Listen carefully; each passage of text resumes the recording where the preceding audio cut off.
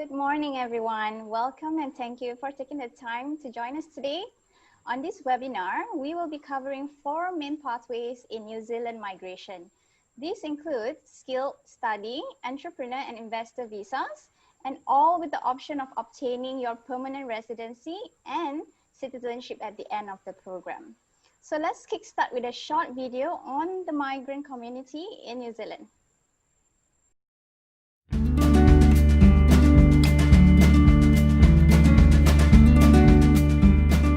I think the key thing is to do your research and to have a good look around, try and form some networks. The more homework you can do, the smoother the transition will be. If you study the market well, it's easy to get a job in New Zealand. The outdoors life is great out here. There's a lot more space and national parks are really accessible. Sort of work-life balance here, I think it's much better.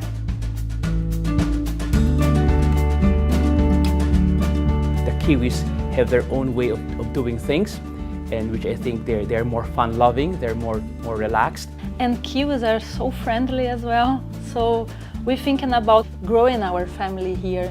There's lots of cultural diversity, so wherever you come from, you're bound to bump into someone else who comes from the same country you came from. The highlight of moving to New Zealand was the openness and the friendliness of the people. People think it's a long commute if you drive more than 15-20 minutes here. Apartments all are very close by, so everything is easily accessible. New Zealand's become like a second home to me. I'd have to say it's a small country with really big personality. I'm saying to myself, man, what a good choice you made for your life. What a good choice. Exactly. So just a quick going through on our company background. Global Migration Solutions in Malaysia and ANZ Migration in Singapore. We also cover other programs such as Australia, Portugal, USA, and also Malaysia. We have been seen as a premier end-to-end migration advisory with 16 years experience in the industry and 99% success rate. We have helped at least 12,000 families or more to migrate successfully. Currently, we have 5 offices across Asia Pacific, which is Australia, Malaysia, Singapore, Hong Kong, and Vietnam. So before we start, let me just quickly introduce our expert migration presenter for today. We were supposed to have 2 presenters, James and Desmond. However, unfortunately, Desmond could not make it today and he apologized deeply. So quick background about Desmond Ang, our MD and founder for Global Migration Solutions. He is a licensed migration advisor for both New Zealand and Australia. He had a career in finance, audit and accounting, and also a certified chartered accountant in PwC. Recently, he has been awarded the Top 50 Global Migration Agency 2019, and he has 16 years experience in the migration industry. And the next one, our main presenter for today, James Allen Hall. He is the MD for ANZ Migration Singapore, a personal development trainer for migration agents.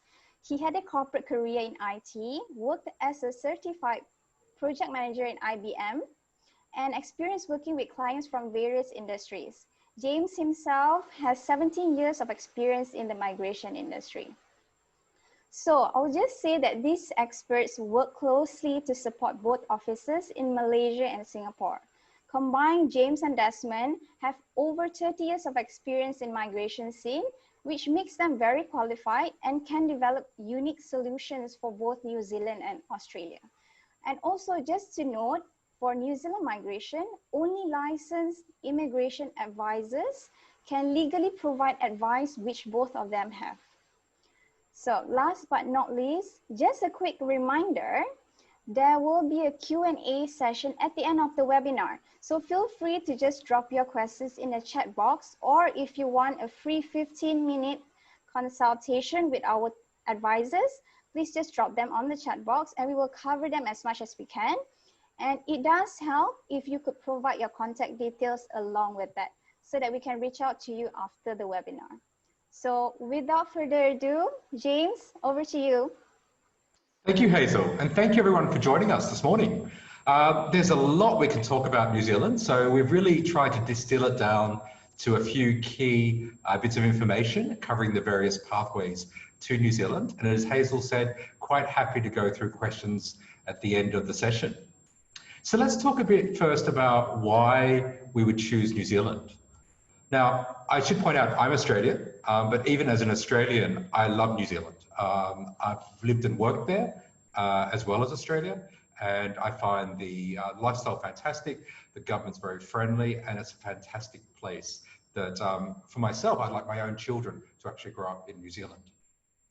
Now, some of the reasons why New Zealand's such a favoured destination is considered one of the safest and most secure countries, and it's been ranked very highly for that. In fact, the second safest country in the world in recent survey under Global Peace Index. The OECD Better Life Index, it rates 7th out of the world, which is a very, very high ranking for quality of life. The permanent residence visa in New Zealand, unlike many countries, is for life. So if you look at countries like Australia and many other countries, like Singapore, for example, there are ongoing requirements where the person needs to meet ongoing requirements to maintain their permanent residence. But in New Zealand, once you get your permanent residence, you have it for the rest of your life without any further conditions, without any further requirements to be met. So it's like a de facto citizenship, essentially, in having the right to be able to go back to New Zealand at any time in the future. The education system and the healthcare system are very highly ranked internationally, and unemployment is also very low by international standards. Now, as Hazel mentioned, I'm predominantly in Singapore, and Singapore was previously the #1 country in the world for ease of doing business. But for the last 3 years, it's now New Zealand. So New Zealand has now emerged as the #1 country in the world for the ease of doing business, which is a fantastic rating and really supports those people that want to go to New Zealand and buy or start a business. Economic freedom is ranked 3rd in the world, so again, very, very highly, and #1 in the world for transparency and anti-corruption.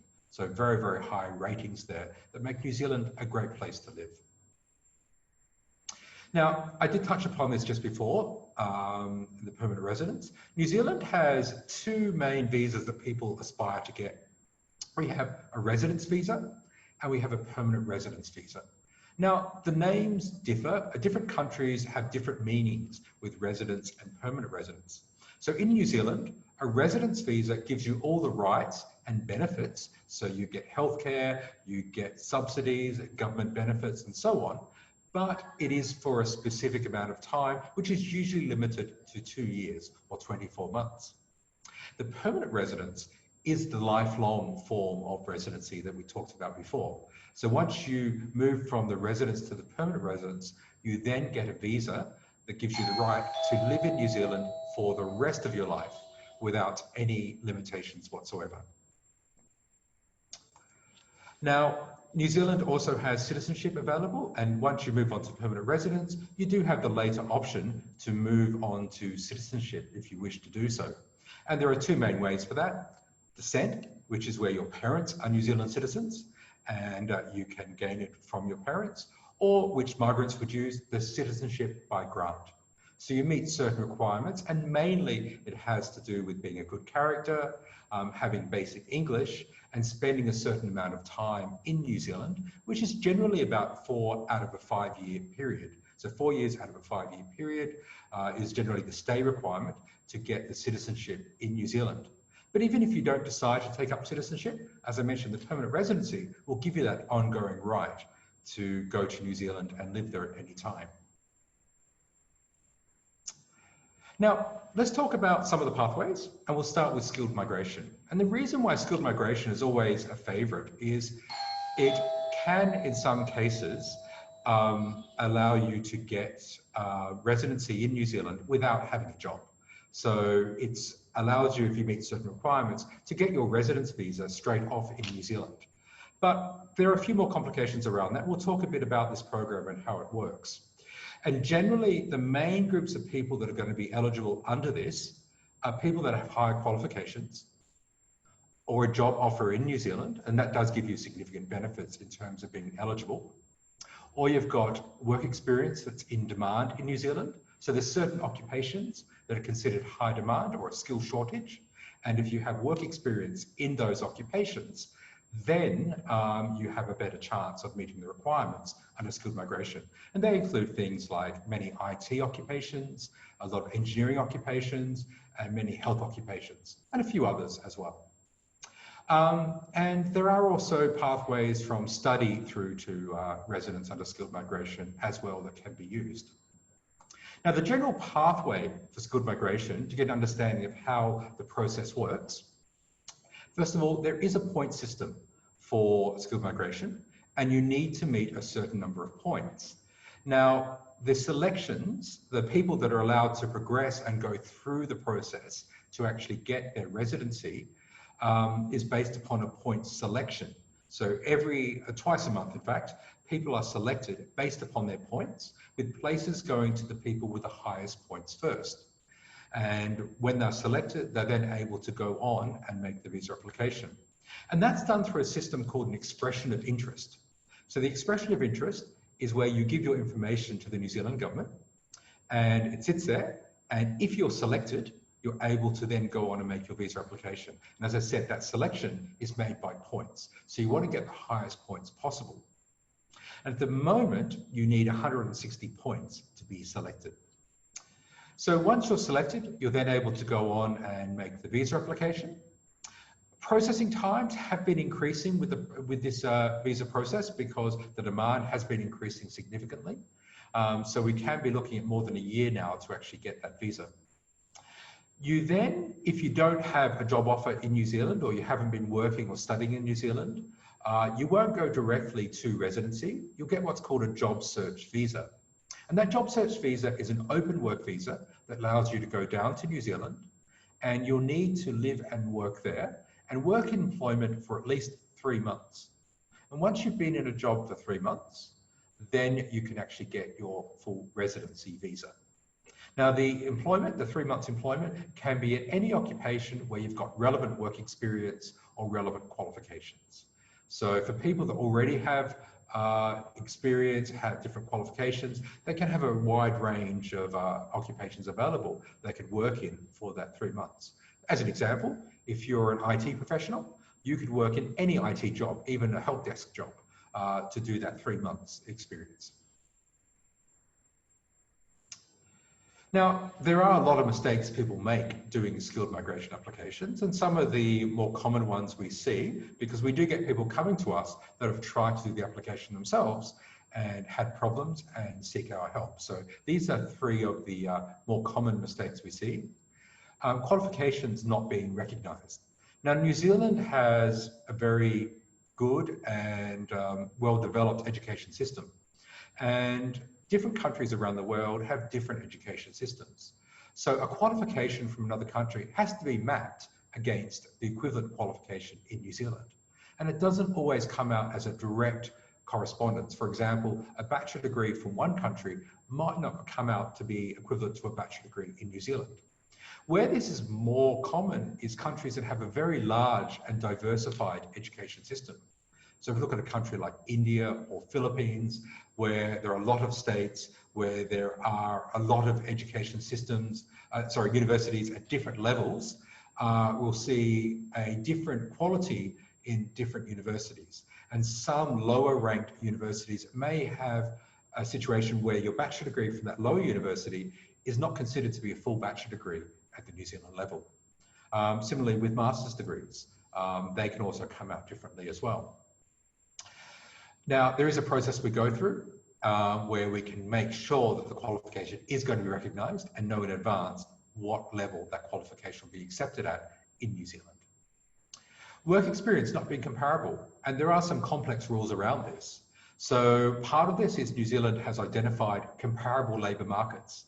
So these are countries that have a working environment, business environment, that's considered to be similar in nature to New Zealand. And the understanding here is if you've been working in a country like that, then the work environment would be relatively similar to what you'd expect in New Zealand, and the transition would be easier, and therefore more recognition is given to that work experience.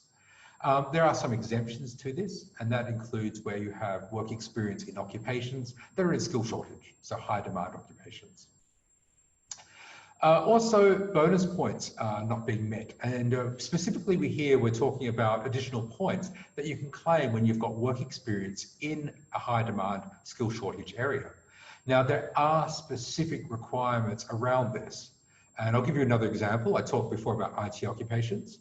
So if you're going through, let's say as an IT project manager, you need to have a relevant bachelor degree that could be in IT, computer science, electronics and communication engineering, or one of these specific recognized fields, and it must be a bachelor degree. So you can't go through, for example, with a diploma or advanced diploma and qualify for the additional bonus points, because there are specific requirements that have to be met to get those points for each occupation. And for IT, that includes a bachelor degree in a specific IT relevant field. These are just some examples. Now, study in New Zealand. Study in New Zealand is proving to be very popular, and I'll talk a bit more later about why it's an advantage to actually study in New Zealand. But to give you an overview of New Zealand, there are some major universities in New Zealand. University of Auckland is the #1 university in New Zealand, but there are several other universities spread throughout New Zealand that actually are quite good and highly ranked around the world. Now, some of the reasons why people choose to study in New Zealand, the New Zealand universities are ranked in the top 3% worldwide. So very, very high rankings for New Zealand universities. Reputation is very, very high. New Zealand is known for quality, and that also relates to education as well. And the reputation is one of the main reasons why students choose to study in New Zealand. A very comprehensive range of courses available, and the outcomes for graduates is very good in terms of success, in terms of finding employment in New Zealand. And in fact, the unemployment rate for degree qualified students in New Zealand is very low. So, give you an idea of what the course costs in New Zealand. If you're looking at a bachelor or master's degree, you're typically looking around $22,000, $23,000 to $30,000 a year. So that's as an undergrad or a graduate student in New Zealand. And if you do get your residency in New Zealand, then your course fees become local university fees rather than the overseas student fees. And you're looking at about a third, even sometimes a quarter of what you'd pay as an overseas student. So a huge difference there.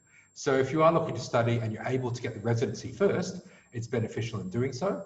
But of course, many people won't be eligible to go directly to residency. And that's why we're seeing more and more people looking at study as an alternative strategy to get through and actually get their residency in New Zealand. Now, and that leads right to the next slide, which is the options to get residency in New Zealand after your study. Now, one of the great things about studying in New Zealand, and I should point out, if it's not clear already, we are knowledgeable not just in study, but the whole scheme. And that's where we come in with our advantage, that we know immigration, we know education.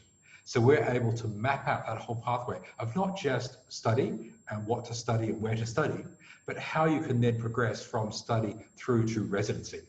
And this is something that is fairly unique, because there are lots of education agents, but they really don't understand all the complexities of the later stages with immigration. And we're able to do that. So we're able to assist you in that whole pathway.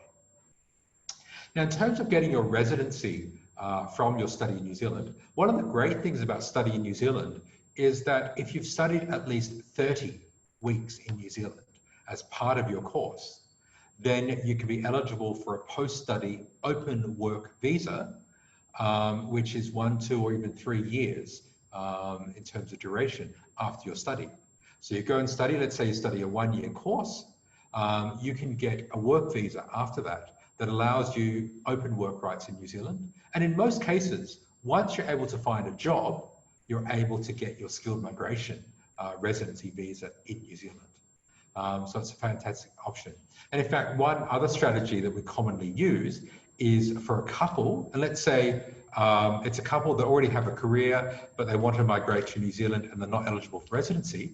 One of the couple can actually go down to New Zealand and study a master's degree or a bachelor degree in a field that's in high demand. And by doing that, their partner, so the husband or wife or de facto spouse, can actually go down there and have full open work rights as the spouse of a student. So that actually gives you an advantage, because when the spouse who's not studying finds a job and they've got the open work rights to find a job, then they're likely going to be eligible for skilled migration. And then both can actually get the residency based upon them finding a job in New Zealand. So it's a great option to consider if you're not eligible directly for skilled migration to New Zealand. Now, there are some questions coming through. We will come back to these questions towards the end of the presentation. So by all means, send them through, but we'll actually cover those questions when we get to the end of the presentation. So the New Zealand entrepreneur category, this is a very interesting pathway. It does have challenges, but it's worth considering. Now, a lot of people have the wrong idea about the entrepreneur visa because they see I only need 100,000 New Zealand dollars to start a business in New Zealand. And so it looks easy. I just want to go down there and buy a little shop or a restaurant or a bed and breakfast and get my residency. It's not quite that easy. Now, first of all, the 100,000 is the minimum that's required for this, but many viable business ideas will need more than 100,000. And in fact, we often recommend people have 300,000, 400,000, 500,000 set aside for this to have a realistic business that's going to be acceptable to New Zealand. There's a point system that looks at different factors like your age, your work experience, how much money you've got to invest in the business, how many staff you plan to have, and so on. But most importantly, you must have a good business idea that New Zealand government is going to accept and support for this. And it must be something that can be realized, because your success for the entrepreneur pathway will rely upon you making that business successful. So if you don't deliver what you committed in terms of the business model, the business plan, you won't get your residency visa later under this pathway. Now, in terms of the process for the entrepreneur visa, as I mentioned at the beginning, there is a point system that has to be met, and you have to meet 120 points on that. You do need to have a business plan, and I can't overemphasize how critical the business plan is. One of the problems we've seen, and China unfortunately is one of the cases for this, that there are many applicants for this from China where they have the attitude that I'll just pay someone to help me do this process, and I don't care what they do, but I expect that I'll just pay them some money.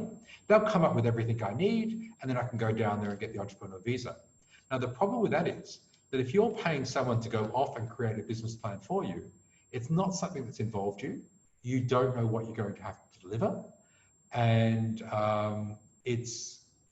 people find that later when they go down to New Zealand, that they've got this unworkable business plan that is just not achievable. Because there's a fine line here. Your business plan has to be good enough that the New Zealand government will approve the application, but it also needs to be realistic enough that you can actually deliver and make that business viable and successful and meet the objectives in your business plan when you are in New Zealand. So then we have the visa application. And the first stage of the visa application upon approval is the 12-month or 1-year work visa. And that gives you an initial 12 months that allows you to go down to New Zealand. And in that first 12 months, you need to start your business and you need to move the funds that you've committed down to New Zealand to actually get that business started. So that's what you have to do within that first 12 months. Following that, you can then apply for a further 24 months. So you're looking at 3 years in total that you can have up to on the work visa. And that's to give you time to get that business going, get it running in New Zealand. And I should also mention that the business can be an existing business that you buy, or it can be a new business that you start. So you can buy a business under this, but you must select and identify the specific business you're going to buy before you do the visa application. Otherwise, you can start your own business. And the pathway to get residency is you need to show that you've been running the business for at least 24 months. So you've got to run the business for 2 years, meet the objectives in the business plan, and then you can get your residence visa. There is a fast track option. So if you increase the amount of money you're putting into the business and you increase the number of staff in the business, you can reduce that 24 months down to 6 months. So that's a fast track pathway to residency if you're able to increase the investment in the business and grow the business to have a specific number of staff. Then it's a good option to pursue. Now, the business plan, as I said, is very, very important. Now, what we do with the business plan is we actually engage a very experienced consultant in New Zealand who's able to help develop that plan. Now, we consider that to be critical because we're sitting here, I mean, and the fact we're in Singapore and Malaysia and locally here means it's good for you because we can help you. We're here to help you, here to deal with you face to face and assist you through the process. But when you're looking at doing a business plan, you need to know the details on the ground. You need to know who the competitors are, which area you're going to open the business in, who are the competitors, what marketing plan do you need to have in place, how much staff do you need, what sort of revenue can you expect, what sort of licensing do you need, what government support is available. So all of this has to be done. And we're typically talking a 30, 40, maybe even 50-page business plan, a very developed business plan that it needs to cover all of these requirements. And this is something that New Zealand needs. The other thing that is very important to be aware of, your business must meet one of 3 criteria. It must be capable of high growth, it must be innovative, or it must have export potential. So it must tick one of these 3 boxes. That is a must. So someone who just wants to open a restaurant is not going to be a viable option unless it was high growth and you're opening multiple outlets. The same with a retail outlet. It's not going to be innovative. It's not going to be exporting. So again, you need to do high growth, open multiple outlets. So it's not a suitable visa for someone who just wants to open a corner shop, open a 7-Eleven, that sort of thing. It's not going to work for this. And the New Zealand Investor Pathway. And this is one of the more popular pathways that we deal with for New Zealand. It does require adequate funds and quite significant funds, but it's actually a very, very good program. And we deal with investment programs from all around the world, as Hazel mentioned. So we deal with investor programs for Portugal and Singapore, and Australia and many countries. And I can honestly say that this is one of the best investment programs in the world. So there are 2 streams for this, and basically you can go for a high amount of money with reduced requirements, or you can go for a lower amount of money, but you've got more stricter requirements. So the higher amount is $10 million New Zealand, and for that, most of the requirements are waived. You still have to meet basic criteria such as health checks, police criminal history checks, but you don't have age limits, you don't have English requirements, you don't have any work experience requirements or any business experience requirements. And the pathway is actually, you will get a residency visa as your first visa, and you need to stay in New Zealand for approximately 3 months, so 88 days over a 3-year investment period. So keep your investments in New Zealand for 3 years, and you need to spend 88 days over that 3 years in New Zealand to qualify for your permanent residence. But as I said before, even when you're on that 3-year residency visa, you're getting the benefits in New Zealand. So if you go to university or your kids go to university, they'll pay local rates. You'll get free public schooling, you'll get the healthcare, and so on.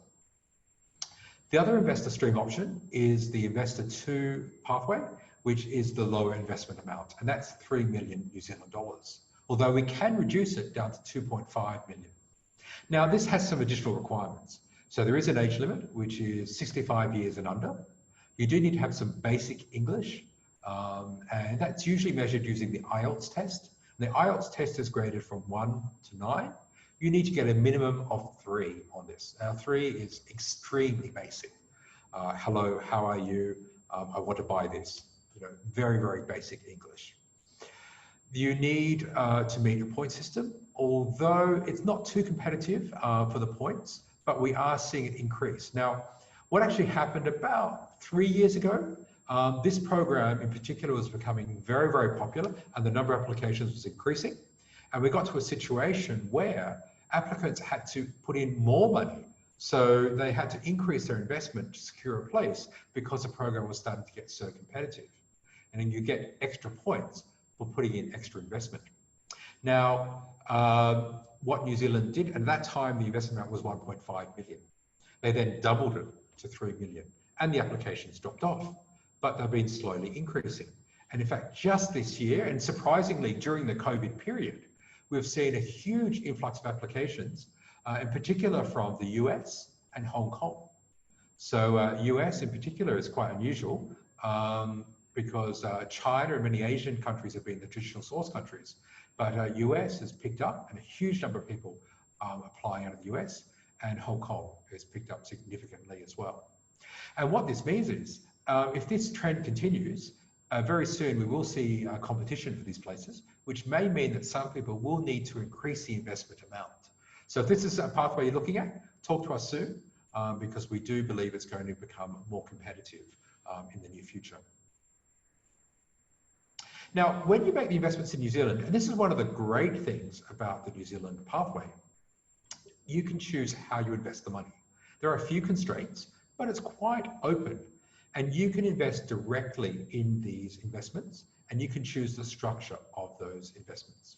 So the acceptable investments you can choose from will be shares, stocks, bonds, which are commercial and government bonds. You can buy commercial property, you can buy residential real estate as long as it's a new development. You can buy a private company, you can buy into funds, and there are also charity-oriented investments that you can also do. So you actually have a wide range and you can choose the mix. And also during the investment period, you can actually move the investments around. So if you buy property and 1 year in, you see the property market's gone up and you want to sell the property, you can do that.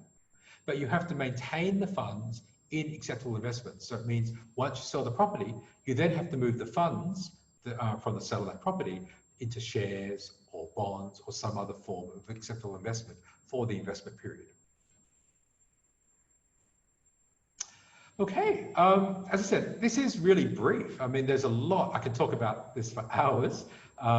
This is just really a brief introduction to give you a taste of the main pathways and what some of those main requirements are. If you want to contact us, the WhatsApp number is on the screen. And as I mentioned before, we're going to go through Q&A. So I'll hand over to Hazel and I'll be available for any questions that people have. Thank you very much. Thank you so much. Thank you so much, James, for that session. I'm sure everyone has been enjoying it. Hopefully the information is also very useful for them. So here we have quite a number of questions, but before that, everyone, just to remind you, if you would like to have like a private consultation with James and also Desmond, a 15-minute consultation, just type in 15 minutes in the chat box and then we'll be able to arrange that 15 minutes with them. They can go through your eligibility. So going through the Q&A right now, first thing, James, the first question is, can I start my own business after study? Yeah. So I did talk about needing to find employment after you study to qualify for, let's say, skilled migration. It can be self-employment. You would have to prove though, if you are, so once, let's say you get your post-study open work visa after you finish studying, you can start your own business if you wish. You can work, you don't have to work if you don't want, but yeah, you can certainly start your own business and you can use that business as the work experience or the job offer to qualify for skilled migration, provided though, there's a few caveats, you have to make sure that the position is likely to continue and therefore the business is proving to be viable. So yes, no problem opening your own business. And if you want to use that for skilled migration, you can, provided it's stable and ongoing. All right. Okay, the next one, I think there's a few that's asking regarding age limit. So first thing is there any age limit to apply for migration in New Zealand? And also one person is asking that I'm 56 years old this year. Am I still eligible to go to New Zealand PR? Yeah, a good question. Yeah, the different age limits for different pathways. So skilled migration is maximum of 55. So unfortunately, if you've hit 56, unless you've got a spouse who's 55 or younger, then skilled migration is not possible because 55 is the upper age limit. But just to give you a comparison, Australia is 45 for, you've got to be under 45. So New Zealand's already ahead in terms of being up to 55 in terms of skilled migration. Entrepreneurial Visa is also 55. The investor visa is 65 and under for the investor too. There are some parent pathways that don't have age limits. So there are different age limits and no age limits for some pathways, depending upon the stream. Okay, I think it's also, the next one is also related to your answer earlier. How does New Zealand compare to Australia in all these pathways you mentioned? I'm smiling because I'm Australian. So okay. actually, given I'm Australian, when I talk about New Zealand and say good things, you know it's true. It's like a Malaysian talking about good things about Singapore or vice versa. So look, New Zealand is a fantastic country to live in. I've lived and worked there. I've lived and worked in Wellington and Auckland before. It's a great place to live. Now, in terms of the link, there's a strong connection between Australia and New Zealand. And some of those connections, for example, if you are in a licensed occupation in one country, you get automatic recognition for that in the other country. So if you're a lawyer, a doctor, a nurse, a teacher, any of these licensed registered occupations in one country, you can get automatically, I mean, you have to apply, but there's no additional requirements to meet to get the same license in the other country. The other thing too is if you get your citizenship in New Zealand later, that gives you the right to live and work in Australia without limitation. So yeah, there's a strong link between the two. Right, okay. So I'm going through more questions here. What about age limit for student visa? We don't have an age limit for student visas, but depending on what you're intending to do. So if you're intending to go on to skilled migration, there's a 55-year age limit for skilled migration. All right. On to the next one. If I pursue my PR in New Zealand, what are the opportunities to transfer from New Zealand to Australia after that? I think they're also still comparing. Yeah, look, as I mentioned, if you get your citizenship in New Zealand, then you can use that to go and live in Australia. Other than that, at the moment, no. The other visas in New Zealand don't give you any access rights to Australia. In the future, and I'm not sure when, the governments have talked about having like an EU-style open border between Australia and New Zealand, which really makes sense, but that's a long way off. There's no, although it's an idea, there's nothing constructive towards that at this time. Okay. On the next one, what is the situation about buying real estate as a foreigner in New Zealand? Is it easy? Yeah. Okay, so there are limitations, and these were introduced just a few years ago for foreigners to buy real estate in New Zealand. There is an exemption for Singaporeans and Australians due to trade agreements. But other countries are limited and generally can't buy residential real estate in New Zealand. There's some exemptions for apartments, off the plan, new developments, apartments. But general residential real estate, no, is not available to foreigners. But once you get your residency visa, you then have open rights to buy property in New Zealand. So the market's open to you once you have your residency visa. All right. I think on the next question is on skilled migration. This person is asking, do I proceed to apply for jobs first when I get an offer letter, then proceed to apply for skilled visa? Look, it would be great if that was the situation, but it can be quite difficult to get a job offer when you're overseas. I mean, being down there on the ground certainly helps. You get local experience down there, that also helps. So it can be difficult. I have seen some success, banking in particular. So people that are in major banking positions, so high roles in a bank, with Asian banking experience, things like AML, understanding these kinds of requirements. I have seen some success with them getting job offers down in New Zealand. And the good thing with New Zealand is if you do get a job offer down there, the employer doesn't have to sponsor you. Now, obviously they'll have to sponsor you if they want you to go down there right now on a work visa. But what I mean is for your skilled migration visa, you don't need the employer to sponsor you. You just have to show that you've got the job offer to get additional points. So you go through getting the skilled migration visa on your own without needing the employer to actually be involved in that process, other than just showing that you have the job offer. All right. And if I get a post-study visa, can my partner come along and automatically apply for work visa?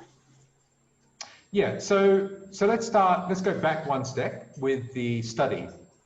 So when you're studying in New Zealand, if you are studying a bachelor degree that is in one of the skill shortage areas, so IT, engineering, physiotherapy, one of these areas, then your spouse can get a work visa while you're there as a student.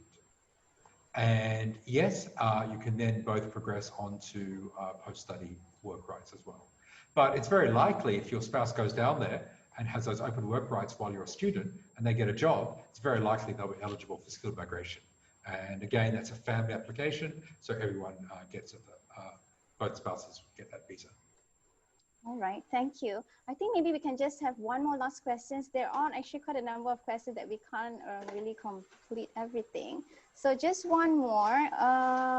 Is there any way to get a permanent resident status other than through skilled migration pathway? I guess it's through the other pathways, right? Yeah. So as long as you get your residence visa, so your goal is first to get the residence visa. And then once you've got the residence visa, it's very easy to go on to permanent residence. I'll give you an example. So let's say you're on skilled migration, you get your 2-year residence visa. There's about 5 ways to go from the residence visa to permanent residence. One of them would be staying in New Zealand, whether you're working or not, doesn't matter, but just stay there for 6 months out of each of the 2 years in New Zealand. You can qualify then for the permanent residence at the end of the 2-year period. Another way is to maintain a job. Another way is to establish a family home in New Zealand.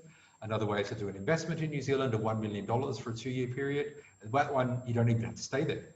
So there are a few options there, not difficult. I said the easiest one is, not working at all, just being there for 6 months in total each year, and you can then get the permanent residency. All right. Okay, I think that is all for today. Thank you again, James. Thank you everyone for attending. And once again, just a reminder, if you would like a free consultation with James or Desmond, please do send us a WhatsApp or call us on the number on your screen, or also send us an email. Then we can reach out to you. Hazel, I might just cover one more question I've seen come up. Yeah, that's sure. quite relevant that I didn't touch upon. And it's the COVID situation. Yes. Yeah, so someone did ask about the expressions of interest and offshore applications processing for skilled migration. So SMC is a skilled migrant category. And when is it starting? So what's happened at the moment is the government has suspended the skilled migrant category in terms of selections. So you can still submit your expression of interest, you can still get yourself in the queue, but the selections where they select people and give them the invitation to make the visa application, that is on hold at the moment. So the queue is building, so it's still good to get into that queue, but they're not doing the selections. And they probably won't do those selections just yet, but just to give you an idea, in the last week, we have seen the selections for offshore investor applicants just started. So they were on hold as well. They were still doing the selections, but they weren't issuing the invitations. And that's just started this week for offshore applications. So hopefully we'll see something similar for skilled migrant category in the near future for offshore applicants. All right, and then you can definitely say that it's still a right time to apply, right, for all the visas, for all the pathways, I mean? Generally, yes, but it's all case by case. And look, we'll talk to you before, if you're looking at applying for any of these, we'll talk to you and discuss what the pros and cons are, what our recommendations are. We don't do this blindly, and we'll recommend what the best options are for you. All right. Thank you again, James. So everyone, please do reach out to us. You can speak to James directly, speak to Desmond directly if you have any sort of concerns or questions. And thank you again for attending. So hope to see you all soon. Thank you. Thank you.